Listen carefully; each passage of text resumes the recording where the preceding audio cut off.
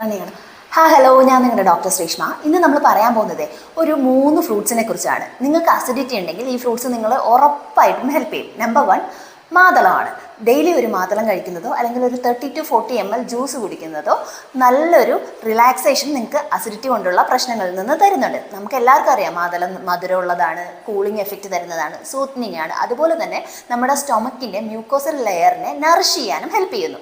രണ്ടാമത്തെ ഫ്രൂട്ട് എന്ന് പറയുന്നത് ഉണക്കമുന്തിരിയാണ്. ഉണക്കമുന്തിരിയോ സാധാ മുന്തിരിയോ കഴിക്കാം. ഉണക്കമുന്തിരിയാണെങ്കിൽ ഒരു 8-10 എണ്ണം മുന്തിരി എടുത്തിട്ട് രാത്രി തന്നെ ചൂടുവെള്ളത്തിൽ സോക്ക് ചെയ്യുക. എന്നിട്ട് ഡെയിലി ഏർലി മോർണിംഗ് നമുക്ക് ഈ വെള്ളത്തോടൊപ്പം തന്നെ മുന്തിരി കഴിക്കാവുന്നതാണ്. മൈൽഡായിട്ടുള്ള കോൺസ്റ്റിപ്പേഷന് ഇത് വളരെ ഹെൽപ്ഫുൾ ആണ്.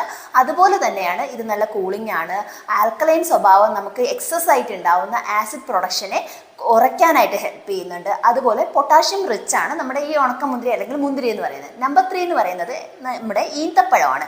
ഈന്തപ്പഴം ഡെയിലി 1-2 കഴിക്കുന്നത് ഇമ്മ്യൂണോ ബൂസ്റ്ററായിട്ടും അതുപോലെ അസിഡിറ്റി കുറയ്ക്കാനും നറിഷിംഗ് ആയിട്ടും നമുക്ക് ഓൾ ഓവർ ഒരു ആരോഗ്യം സംരക്ഷിക്കാനും സഹായിക്കുന്ന ഒന്നാണ്. സോ നിങ്ങൾക്ക് അസിഡിറ്റി ഉണ്ടെങ്കിൽ ഈ 3 ഫ്രൂട്ടും ഈ പറഞ്ഞ അളവിൽ നിങ്ങളുടെ ആഹാരത്തിൽ ആൾട്ടർനേറ്റീവായിട്ട് ഇൻക്ലൂഡ് ചെയ്യുന്നത് വളരെ ഹെൽപ്ഫുൾ ആയിരിക്കും. താങ്ക്